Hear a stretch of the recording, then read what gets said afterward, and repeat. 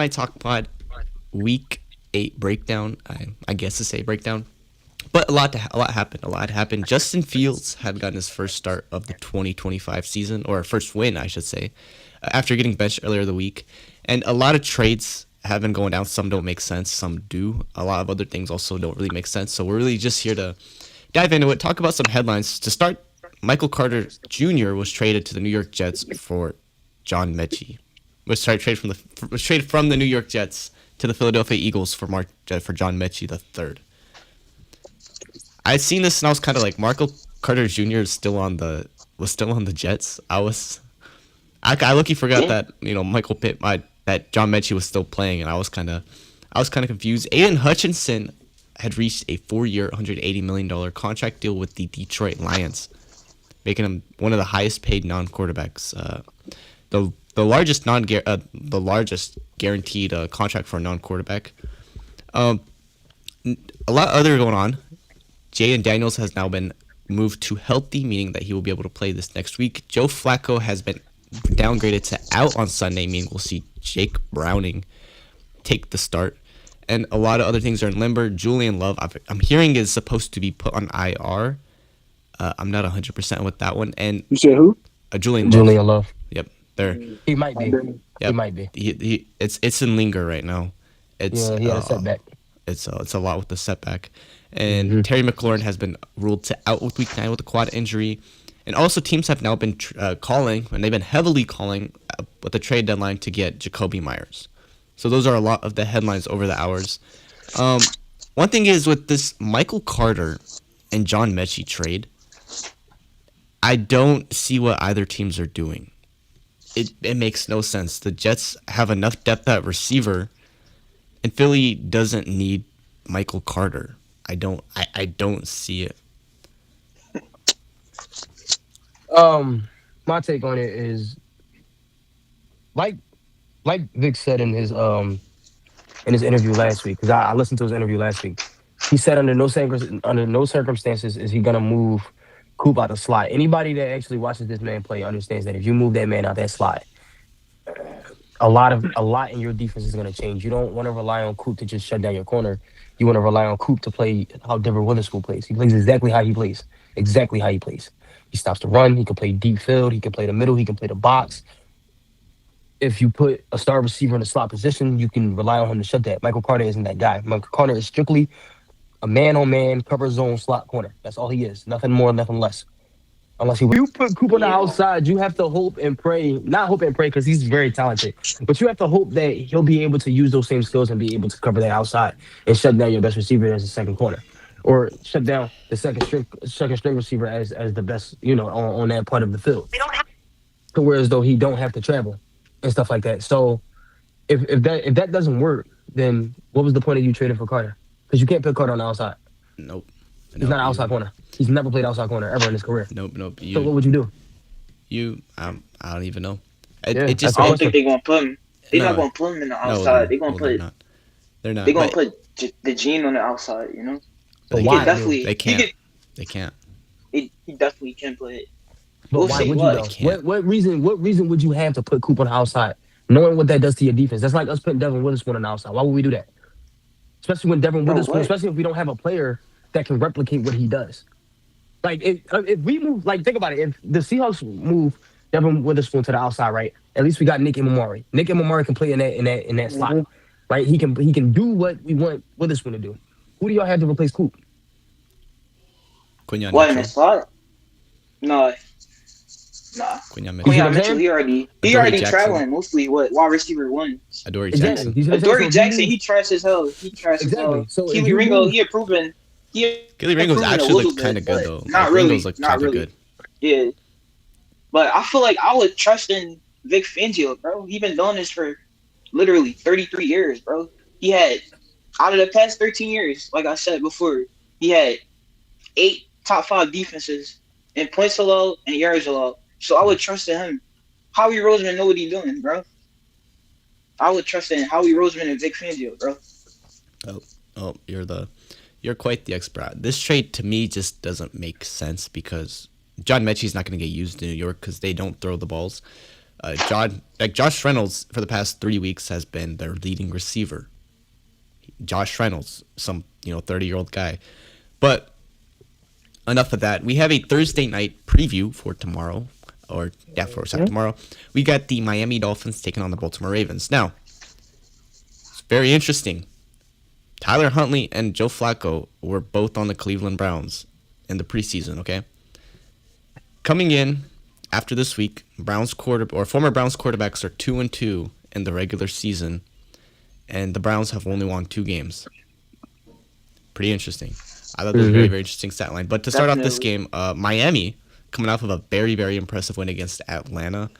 Tua Tagovailoa played sensational last week, and we could come up and see them against Baltimore. But Baltimore is also supposed to have expected to be healthy Lamar. What do we feel about this matchup? Lamar about to go up. Sure. Yeah, hopefully he comes back healthy like they said he is. If he does, bro, he's going to go off, bro. That's another person they got a game plan for too. Also, like he's really a huge person to get a game plan for because not only, I'm not saying Lamar can't throw the ball, but not only can you account for his passing, he can't throw the ball. He can.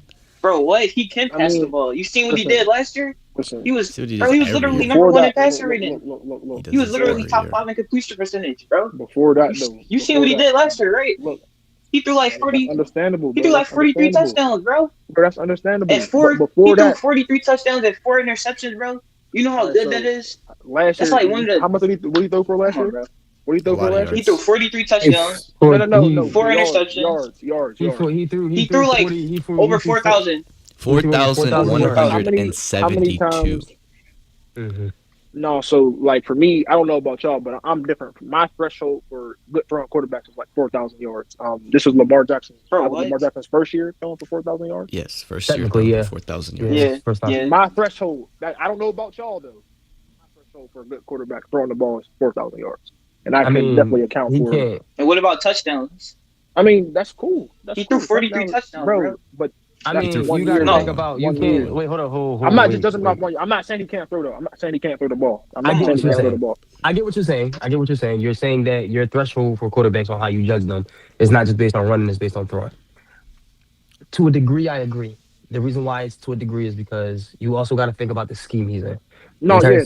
That he's in is built around the run, and everything. For sure. Play wise is usually built around the run. The only reason why he was able to pass as much as he did last year was because he has a running back that can take up most of that load. So you also got to take that into account. Not to mention, hold up. Not to mention, if we're talking about the threshold of passing, now granted, while his passing has been peak 3,300, 3,400, 3,500 max, he's doing this, 1, in a run-first offense. 2, he is top 5 in completion percentage in the last 5 years that he's been a QB. Yes. 3, I pay attention. His QBR has been top 3 in the league for the past 4 years. That shit number 1. Right? He's number 1 last year. As far as his QB rating, it's been, I think, averages 108, 109, 110. Yeah, if I'm not mistaken, I think he has like around that. QBR and pass rating different, bro. I know, I'm saying your QBR is usually between the 70s and the 80s. Your QB rating should be in between the 80s, which is the average, and 110, which is like the top tier, because you're not really going to see QB. 119 last year. This is 119. And this year, I think his passer rating like 130, bro. It is 130. He got 10 touchdowns to 130 right now. It is 130, yes. No, the one thing is has over 14 20-plus completions of over 20 yards. And on top of that, he has 10 touchdowns to 1 interception. He does not turn the ball over anymore. He would do it a lot. But Lamar, overall, if he doesn't play, I feel comfortable with Tyler Huntley starting the game and winning them this game. I could feel comfortable watching Snoop come in and win Baltimore a game against Miami. Who they beat the game before? The Falcons? They beat the Falcons. Yeah. The Dolphins beat the Falcons. No. Yeah, the Dolphins beat the Falcons. How is the defense? How is the defense looking? The defense. The Ravens. The Ravens. The Ravens. They're I don't even know if their defense is healthy right now, bro. Not That great. face just told me everything I needed to know. It's not So, great, bro. but they held not Chicago good to right now. 14 points last Yeah, they week. did. With that same defense? Yeah, With that they same did. defense, They they held did. Chicago to 14 points, which ended up being literally the game factor. They put up 30, only allowed 14. My thing with this one is, I think that Miami does not win this game at all. I think Baltimore ends up taking the win in like a 30-10 game, something around there, to where Oh, Miami just do can't you get anything see- going well, offensively. do you see? So, is there any? So, okay, because we already know that we have faith, and pretty sure we all agree that Ravens mess around probably do win. Because most Yeah. likely, Lamar's Lamar gonna be healthy. Jackson. So, is there And then anything Derrick that we Henry, bro. see? Derrick Henry Is- might go off too. Is there anything that we see from the Dolphins offense that can give them an edge to help them win, or is this just No. do we just see this as a straight L for them? I mean, if Straight Tua shade. wears eye patch again, if he wear eye patch, then maybe So my thing with like Miami right now is they're 26th in passing in the league right now. Passing yards, they're 26th in passing. They had they played a banged up Atlanta secondary. And when you go against Chicago, a top 10 offensive passing team, and go play a bottom 10 offensive passing team, I'm pretty sure we all know what we're gonna see. But my thing is, I don't think this is gonna be close at all. I agree. Not much to wear. Not much to be aware out of that. If y'all like it, I You love don't it. think it's gonna be a close game? All right, Nope. let's get some score predictions. 31-10. Bro, 31-10. 27 You're to- calling it a block. 27 to 13. You know if the Dolphins win, we on your ass, 27 right? to 13. You know what's crazy is I haven't been 27-13. wrong about anything yet. So if this is the first thing, like this would be the worst thing for me to be wrong about. You're not wrong there. You're going 30 I don't know, 10. You man. said 30-10, Rock? 31-10. 31-10. Got you. And you said what was your score prediction, Calvin? 27 to 13. 27-13. 27-13 who? 27 Ravens? 13 Dolphins? Yeah, for sure. And what about you, Quill? I don't even know. I mess around. Think the Dolphins might mess around and get that. Well, I don't know because Bro, what? if Lamar starts, because it's gonna be an offensive game. Like it's gonna be an offensive game. Zachary, Yeah, we're talking about 'cause Zachary. I'm not gonna go off of one game and give them an edge because they held a Chicago's offense to 13 points. It's the same Chicago's offense that has been struggling on certain aspects of the game throughout the entire year. So, Bro, the I'm Chicago, not just we're Chicago talking about one defense shut game down. compared to 8 weeks. No. That Zachary Orr has been calling defensive plays, Yeah. healthy or not. This healthy team is the same team that allowed 41 points on an offensive side of the ball when they played the Bills week 1, and then allowed 30 plus points the week after. On top of the fact, these are two top teams in the league that they face, right? So now, because they played a mediocre team and they allowed 13 points of said mediocre team, which is the Browns, because we know they're not making the playoffs. Now it's Zachary Orr is doing better play calling, or maybe they just might be not that good, and it's not that hard to really dissect how their offense is based on. And whereas though you're facing a different offensive, then again the same offensive team beat up Falcons with an injured quarterback. So I don't know. I think the Ravens might actually. They also shut down the Cowboys too, bro. The Bears. They shut down the Cowboys too. The Cowboys got Did the they? number 1 offense right now. Yeah. They shut down the Cowboys, and the Cowboys got the number 1 offense. What was the score between the Cowboys and them? Oh yeah, no, they blew them out, It didn't was they? like 34-10. Yeah, they It was cooked around them. Yeah, there. 34-10, right? With an Yeah, It was unhealthy. like right there. What? Who were they? You talking about with the Broncos or? No, No, the Cowboys. No, They the played Bears Cowboys. versus Cowboys. Bears versus Cowboys. No, that Ravens one. versus Cowboys. My prediction would probably be, I don't know, 27-10. 27-10. 27-10. I don't think they're gonna score more than 10 points.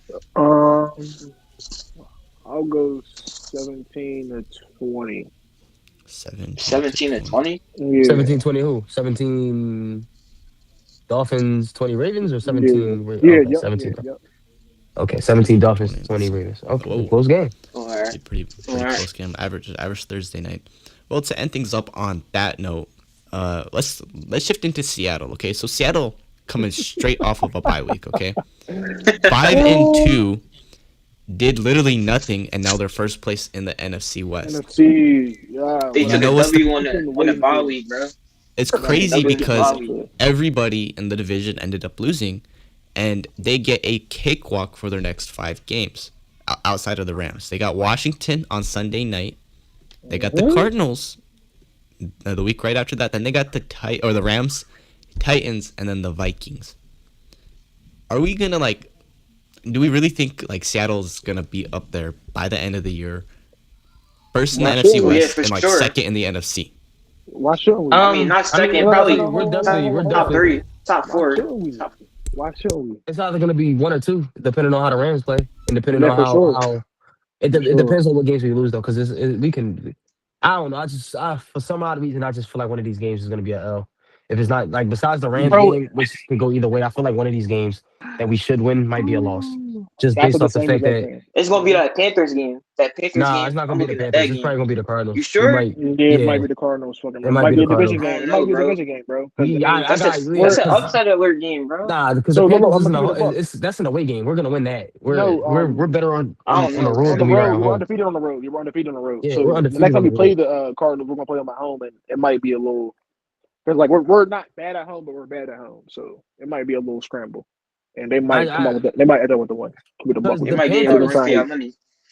the Panthers base the entire offense on that run game. We don't allow more than 75 yards per game in the run. We've only allowed 3 touchdowns on the run, and that was only against that was no two touchdowns. I'm sorry, I'm tweaking.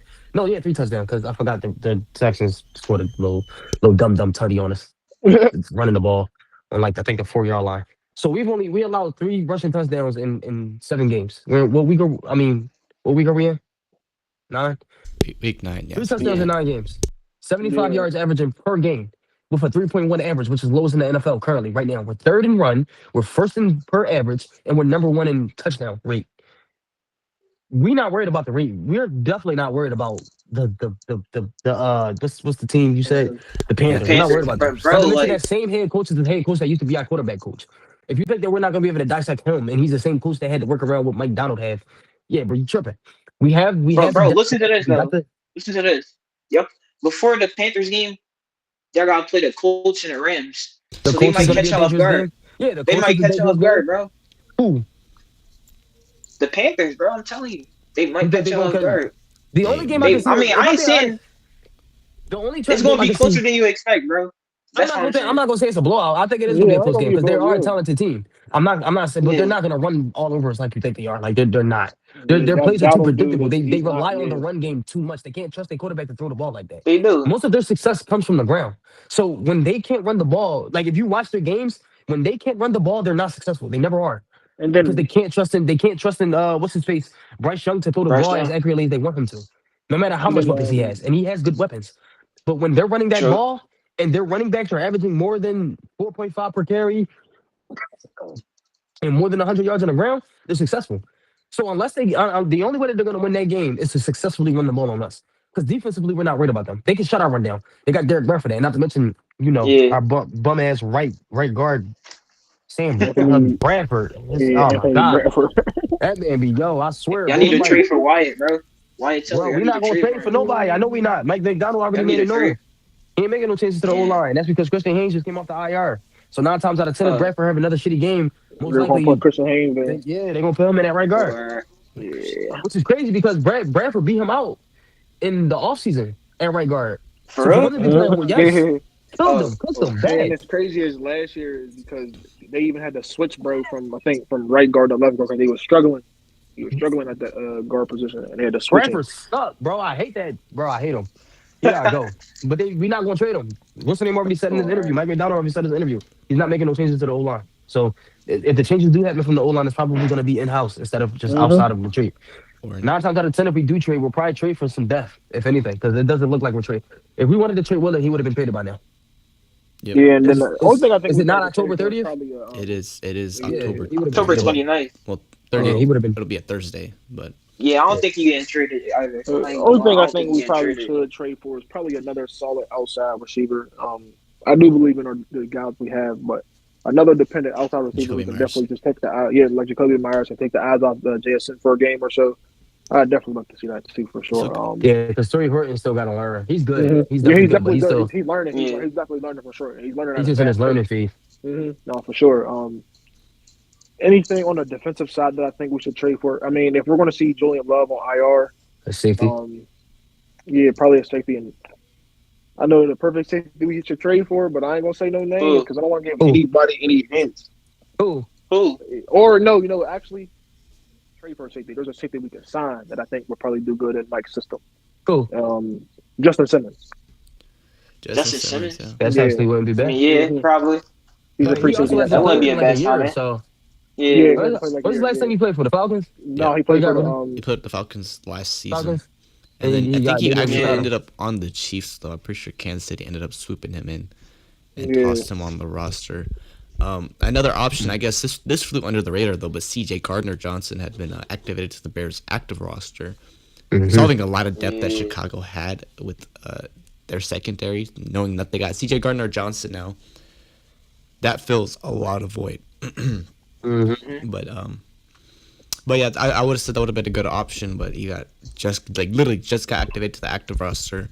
But enough about Seattle, although that schedule does look pretty easy. Another team that I'm gonna say is probably missing out on the playoffs right now has got to be the Minnesota Vikings. They're fourth in the NFC North, and they have 3 wins to 4 losses, heading up against a Detroit team, a fully healthy Detroit team, by the way, and J.J. McCarthy is going to come back. This is the J.J. McCarthy comeback week because he's been injured for a long time. Then he was healthy, but they didn't play him. How do we feel about Minnesota right now? They need to get that QB situated. Yeah. Yeah. It's really making them not keeping Sam Darnold look really, really dumb. It's making it look like a really stupid thing to do. What you should have did is What you should have did was allow. A lot of people don't like. I get that Kevin O'Connell is like a QB guru, but these are also QBs. These QBs that he's doing is all former first round. Sam Darnold, who had a really bad situation in the Jets, built his confidence. All he needed was a new scenery, new coaching. Same thing with Daniel Jones. Came in with hella talent. That situation with the Giants, and now he's at a new scenery. I mean, it's not just him. It's also big dog at the running back, who has also been a top 5 running back for the last 10 years, 6 years, 5 years. For the last 6 years, might I add. I wanted to add that because I had to say that. I had to say that. Anyway, yeah. So the point that I'm making is that they should have let J.J. McCarthy sit for 2 years and allow him to learn instead of trying to rush him in because he's a first round QB.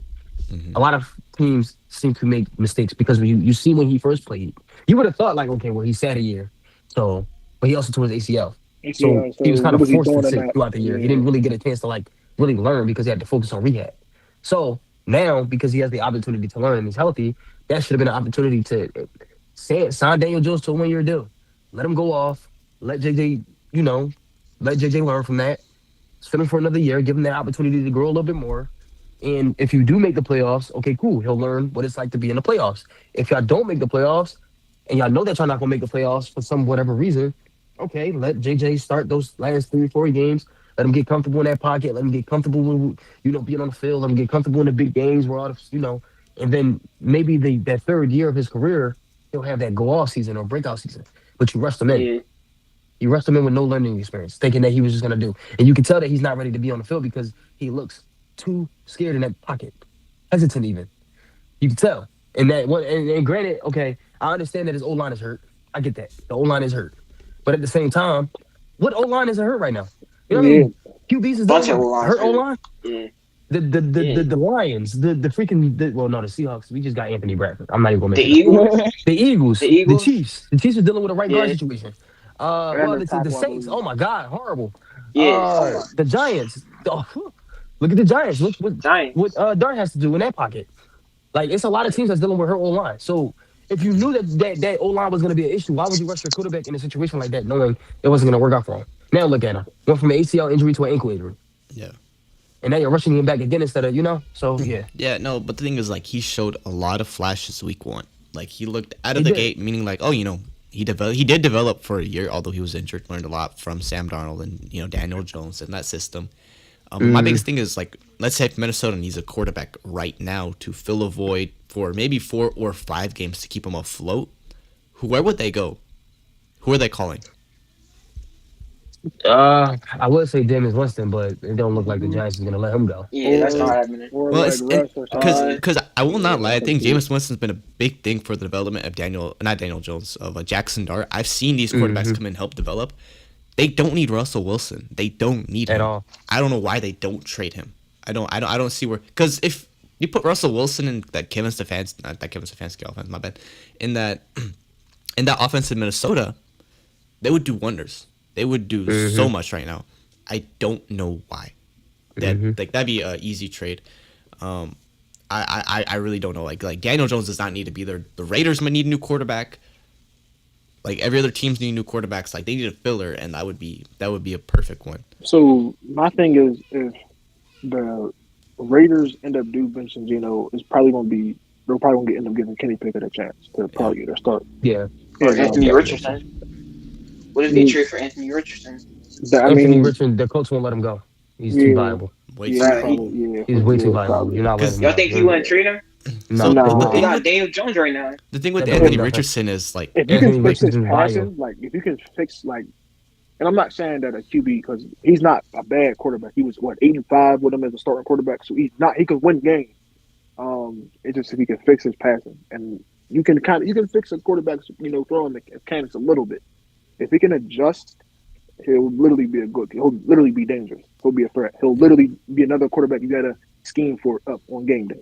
Yep. No, him and Jonathan Taylor, that would literally be disgusting. That would. Oh my goodness, that would. Yeah, because with Anthony Richardson, we'd see him go 8 for 10, 200 yards and 2 touchdowns. He completed 8 passes. He completed 8 passes, and they would still lose by like 3 points. But you're kind of like, how does he do it? But also, then I would dissect a lot of what I'd seen out of Anthony Richardson. I'm kind of like, he's not playing bad. He's not. And then you got to bad. think about it. You need. A lot of people don't think about the fact that you need QB depth. QB depth is one of the main important things in the league, and that's their second string QB. Why would you trade your second string QB? If Daniel Jones goes hurt next game, you need QB with that type of talent, if not better. And Anthony Richardson is what? The second one to have. The only reason why he beat out Anthony Richardson is because it's Daniel Jones. Daniel Jones was obviously good in some degree. He's better throwing. Who's their quarterback 3? I don't know. Some random guy. I don't know. Yeah, some random guy. Oh, right. That's like saying, oh well, why don't the Raiders trade for Drew Lock? Drew Lock's available. We're not going to trade him because we don't have that much trust in Jalen. Jalen Milroe isn't our backup because he's developing. He will be a starter at some point. He's raw. He's raw. He's definitely raw. Yeah, definitely. He's developing. He got to develop. Yeah. No, but that's one thing that I've also grown to see. Like teams will keep these bad quarterbacks. You watch them, watch the team. I mean, if you put them in, they wouldn't really win anything. When you watch the team, you also see how much of a factor the backup quarterback plays in because he's in there helping the starter, making the starter get better. If you have a backup quarterback not doing that, that really becomes a problem. Mm-hmm.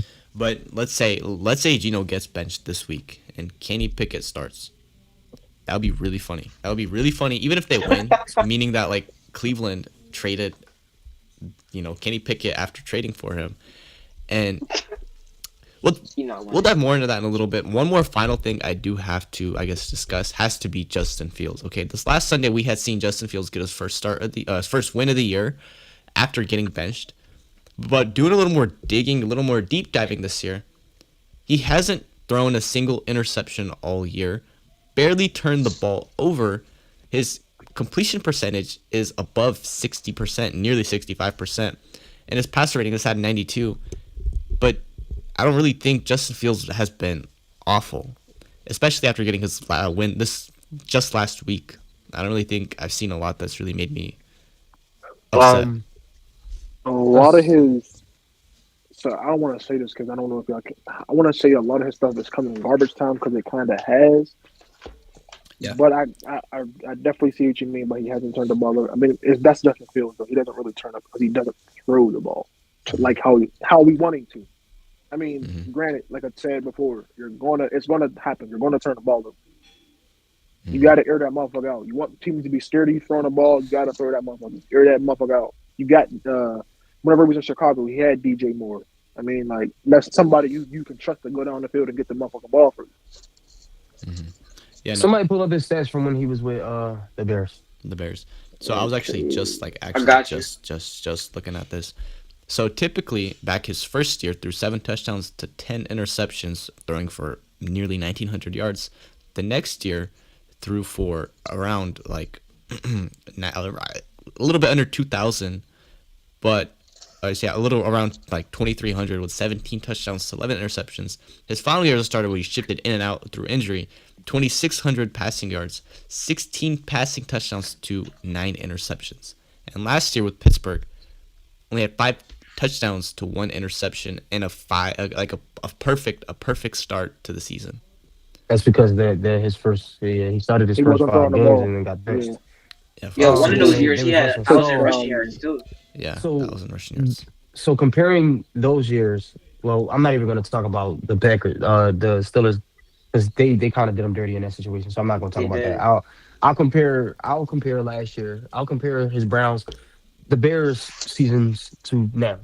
So technically speaking, statistically, he's a lot better than what he was with the Bears. So doesn't that necessarily technically tell you that's more of a mental thing? Because garbage points is garbage points, but you can still throw hella turnovers and garbage points. Garbage time. Yeah. And that old line is significantly, I wouldn't say it's worse, but the way that they have a way worse record than what he ever had with the Bears. True, with the Bears, he at least had more than 4 wins, at least. Yeah, 4 or 5 wins max. With them, he only got 2. Yeah, no. My most interesting stat with Justin Fields is this last Sunday was his first career win where an opponent had scored more than 21 points. That's his first time beating an opponent where they scored more than 21 points. It sounds like a mental thing. Out of 30 games where an opponent would score over more than 21 points, that was his first career win. That had me more thinking more like, well, how much is really up to him. Like, there have been moments where, he's been bad, moments where he's been awful, but there's also been moments where he's been great, because I thought I had it all figured out too, until this Sunday where I'm kind of like, I don't really think he's that bad. And also, he had a great ground game to rely on this week. Isaiah Davis played incredible. I no one could knock on that. That was a very, very good game. But I mean, I looked at his film. I got a chance to actually go all 22 and look at his film. When he was in a pocket for 80% of that time, he didn't really make a lot of hesitations.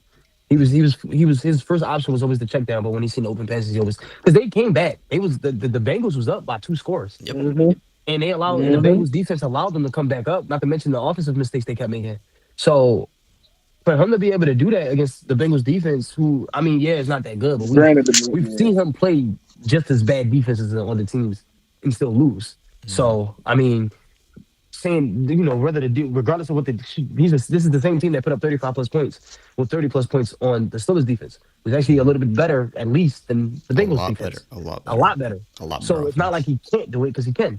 And looking at that game compared to the other 4 games, compared to this game, and then really breaking down his film and where he made those mental mistakes then compared to now, because the first game he was almost perfect. He was exactly what you saw. He's exactly what you saw him do in Ohio State. He didn't have to run the ball like that unless it was absolutely necessary. He was clean in the pocket. He didn't really get sacked once. I think he only got sacked twice. And one of those sacks came from T.J. Watt. That's T.J. Watt. Makes sense. Right? And then the other sack came from somebody. Yeah, they got the pocket open right through the middle. He got hit. Nothing he could do. Pocket got squashed on him. That happens all the time to QBs. But regardless of that, he was able to. He looked calm. He looked poised. It was kind of like this game. It's the same thing. He looked confident and he looked poised. And he mentioned in the interview, like that same week in the interview, John, it wasn't like no post game, it was just a regular interview, that he said that he was crying in the closet by himself because he felt like he didn't have any confidence in himself. So hearing that and watching those games and then seeing the first game and then seeing this game, it tells me it got to be a mental thing going on with him right now. And I think that he's starting, because hopefully we're not just saying this and then next week he has a horrible game. Hopefully this is like one of them. We'd be so salty right now. But if from what we've seen so far, my analysis on it and my theory on it is just maybe a mental thing for him. And he just got to get it together. That's just, and so far he looks like he can. And bro, he's not a bad quarterback either. Like, he's not a bad quarterback. If he would just fix, if he wouldn't be scared to throw the ball, I would literally love to have bro in the squad. Like, without a doubt. Literally out of doubt. If he wouldn't be scared to throw the ball downfield and trust his guys. No, 100%. But one final thing I do want to talk about is Jonathan Taylor, okay? He's not playing at an offensive player of the year pace. He's playing at an MVP pace right now. For sure. 12 rushing touchdowns over the course of 8 games. Averaging nearly... What? 15 touchdowns on the season, though. 15 touchdowns on the season so far. Yeah. Nearly averaging more 2 touchdowns per game. In his 2,000 years. That's more than Saquon had in his entire career. Yeah. Okay. Through 8 games. Let's say through 8 games. games. Like that's what. Through 8 games, where the Saquon had 3 games. Now, my one thing is like, is this more of like Daniel Jones is great, or is this more of Jonathan Taylor's putting half the team on his back? That's Jonathan Taylor put half the so team a on little his bit back. of The O both. line is excellent. I'll little tell you bit right of off the bat. No, The it's the O-line O is line. It ain't a little big. bit of both. It's the O line. Look at that. Bro. Watch his film. Watch the film. Bro, I'll Watch be the film, watching and it'll tell y'all bro. everything. Watch that film. They don't focus on Daniel Jones. That's why Daniel Jones is having the games as he having because they're not game planning against that man.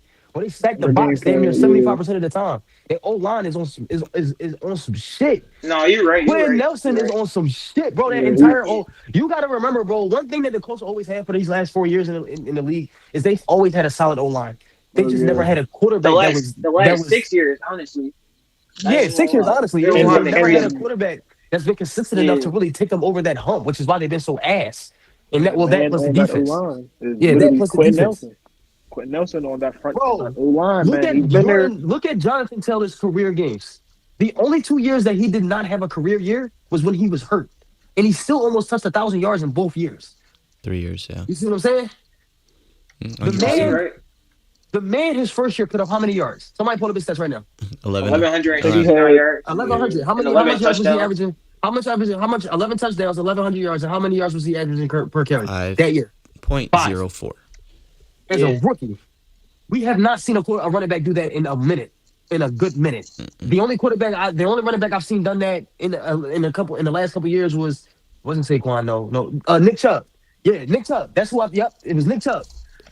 His second year, he broke out for 1,800 yards as a second-year running back. Yep, led the league. No running back has done that in a long time. Not even Saquon. Saquon didn't break out until his first year. He ran for 1,300. No, his first year. Got hurt. Yeah, like 700 receiving yards his first year too. Yeah, he ran for he ran. Did he have 700 yards? Yeah, 700 receiving yards, 1,300 rushing yards. Yeah, he had a total of what was that? What's that? 1,700 yards scrimmage? More. If I'm not mistaken. 2,000.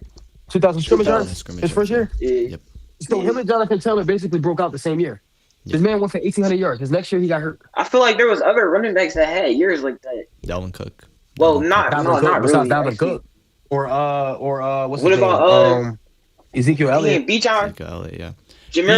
Bijan is moving too slow to be at that pace. Bijan is moving way too slow at a pace to catch up with either one of them. Bijan broke out Jahmyr last Gibbs year. on the Talent-wise, Bijan is like that. But if we're talking about the number one running back in the league right now, there's only 4 running backs you're really going to argue. Because the fact that Jonathan Taylor's ever in that conversation was blowing me. You can't sit there and look at 1,800 yards and be like, yeah, no, he's not top 5. He's like 6, 7, 8, 9. No, but I've seen a lot of bro, you don't understand. I didn't see a lot of comments about that. Like, so he gets millions of fans in the league. But I follow who would you take? Homer Gibbs. What, as far as running back? Yeah. I'm taking Jonathan Taylor because he's the same. Yeah, he's the same person but bigger.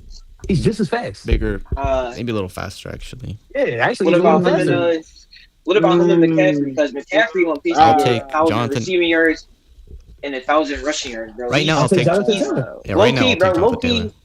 I'll take Jonathan Taylor. Yeah. I don't know, bro. Look at their injuries. He's been carrying that offense. Exactly, but look at what Jonathan Taylor's doing.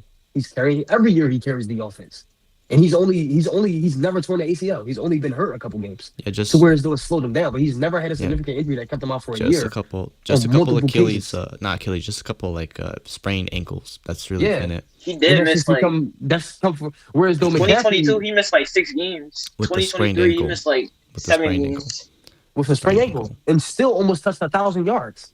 That's crazy. His first year was 800. His next year was 700.